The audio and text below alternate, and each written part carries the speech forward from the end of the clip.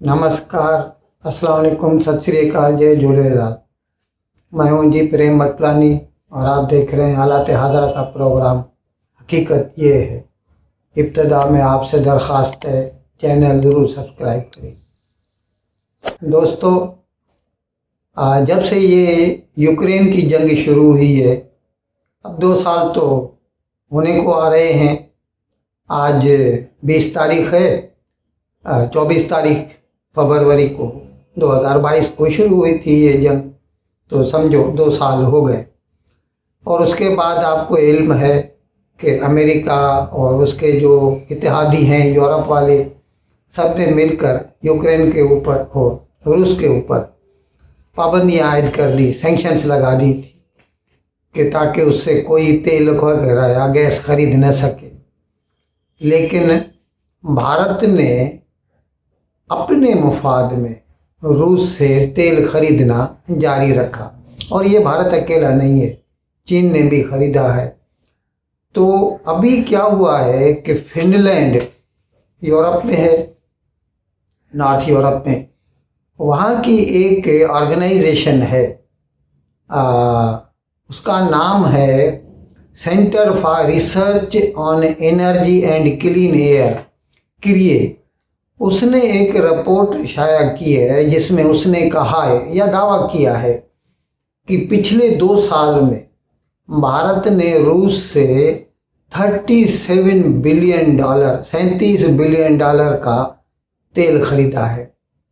और ये तेल खरीद के उसने उसको प्रोसेस करके न सिर्फ अपने इस्तेमाल में लाया है बल्कि एक्सपोर्ट भी किया है, यहाँ तक कि यूरोप को और अमेरिका तक को एक्सपोर्ट किया है।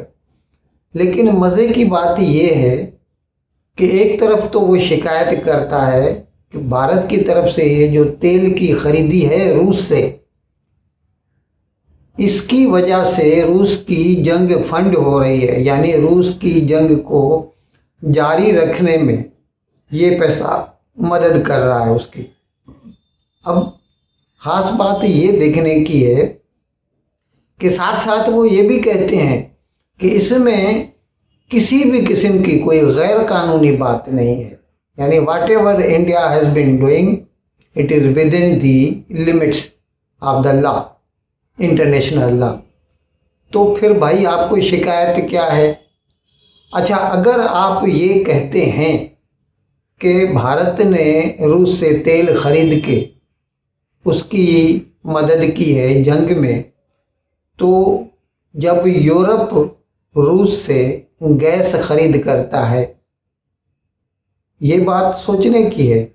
तेल तो नहीं खरीदता, लेकिन गैस अब भी वो नेचुरल गैस ले रहे हैं, तो क्या उसकी वजह से उसकी जो पेमेंट हो रही है रूस को, उसमें रूस की जंग को मदद नहीं मिल रही क्या? So, look, I mean, I don't want to sound argumentative, but then tell me if buying Russian gas is not funding the war?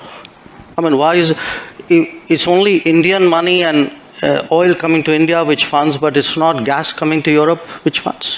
I mean, look, somewhere, I mean, let's be a little even-handed out here. And even this, look, the whole narrative that it's gone up 9 times. अच्छा, दूसरी बात, रूस से ये जो तेल खरीद रहे हैं, भारत अकेला नहीं है, भारत से ज़्यादा तो चीन खरीद रहा है रूस से। चीन ज़्यादा इंडस्ट्रियलाइज्ड है, वहाँ पर तेल की खपत भी हमसे ज़्यादा है, और चीन की सरहदें रूस से मिलती हैं, जिसकी वजह से उसने तो सीधे सीधे पाइपलाइन बना रखी है और उसके थ्रू रूस से चीन तक तेल पहुंच जाता है। तो भाई जब चीन ख़रीदता है तो वो किसी भी किस्म की कानून शक्नी नहीं करता, या उसकी वजह से ये जंग जो है उसको फंड नहीं हो रहा। चीन के बारे में तो कोई कुछ भी नहीं बोल रहा। हाँ, हिंदुस्तान की नक्श निकालेंगे कि हिंदुस्तान ये जो ख़रीद रहा है। अच्छा, वैसे एक रिपोर्ट आई है, ये भी यूरोप वालों की है, जिसमें वो कहते हैं कि सिर्फ 2023 में, मैं एक बता रहा हूँ आपको, ये जंग शुरू हुई थी 24 फरवरी 2022 को, तो तकरीबन 10.25 महीने 22 के, उसको छोड़ दीजिए। ये कहते हैं, ये जो रिपोर्ट आई है कि 2023 के 12 महीनों में जो है रूस ने दुनिया को जो है तकरीबन 320 बिलियन डॉलर का तेल और गैस बेचा है। तो मेरे भाई 320, वो भी एक साल में, 2 साल में कितना हो गया? और उसमें से अगर भारत ने 37 बिलियन डॉलर का तेल खरीदा है तो ये तो आटे में नमक के बराबर हो गया।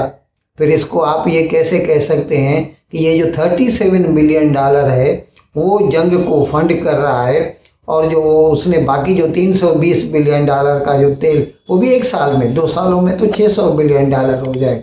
और यहाँ तक हमने सुना है कि हकीकत में ये जो सैंक्शंस लगाई गई हैं इसके ऊपर, रूस के ऊपर अमेरिका और उसके इत्यादियों की तरफ से, इसकी वजह से उल्टा रूस की कमाई बढ़ गई है, क्योंकि इसका सब लोग फ़ायदा उठा रहे हैं। आपने देखा होगा पिछले 2 साल में लगातार ओपेक वाले, ओपेक प्लस की मीटिंग बुला के, यानी जिसमें रूस, वेनेजुएला सब लोग शामिल हैं, गिनी, वो लोग भी ये फैसला करते हैं कि और हम 2-3 मरतबा हो तेल की पैदावार में कटौती 10% बार बार कटौती करते रहे, और जिसकी वजह से वही तेल जो पहले $70 में बैरल मिलता था, पहले तो $95 तक पहुंच गया।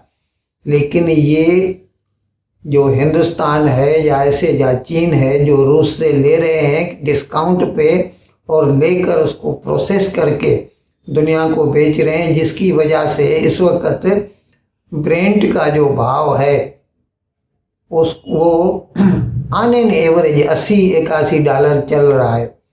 तो भी मेरे भाई पहले के भाव से $10 महंगा है ये। तो ऐसे में आपका ये कहना कि भारत, और ये साथ साथ जब साइमल्टेनियसली वो ये भी कहते हैं कि भारत कोई कानून शक्नी नहीं करता, तो भाई फिर आपको शिकायत क्या है? वो कहते हैं कि भारत जो है in order to erase the route, वो रास्ते में जो है एक शिपिंग कंटेनर से दूसरे में ट्रांसफ़र होता है ऑन हाई सीज, तो उससे फिर पता नहीं चलता, बिल बदली हो जाते। अरे भाई, जब भारत खुल्लम खुल्ला एक्सेप्ट कर रहा है, हाँ हम खरीद कर रहे हैं, तो फिर भारत को क्या ज़रूरत पड़ी है इतना काम करने की, या ये अपना ट्रैक जो है उसको इरेज करने की? एडमिट करता है तो एडमिट करता है, आप भी एडमिट कर लीजिए।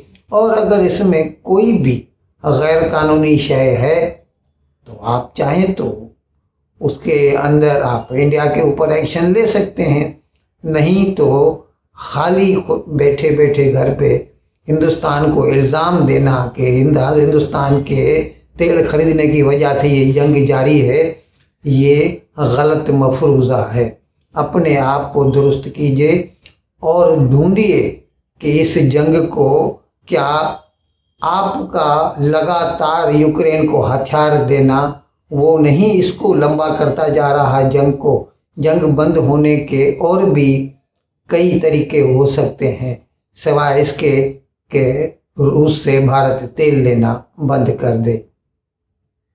इन अल्फाज के साथ मैं आज का प्रोग्राम ख़त्म करने की आपसे इजाज़त चाहता हूँ, लेकिन विदाई लेने से पहले एक मरतबा फिर आपसे मेरी दरख्वास्त है कि जिस किसी साहब या साहिबा ने अब तक हमारे इस चैनल को सब्सक्राइब नहीं किया, अज़राए करम इसको जल्द से जल्द सब्सक्राइब करें, प्रोग्राम को लाइक करें, शेयर करें और घंटी का बटन दबाना न भूलें। बहुत बहुत शुक्रिया। खुदा हाफिज़।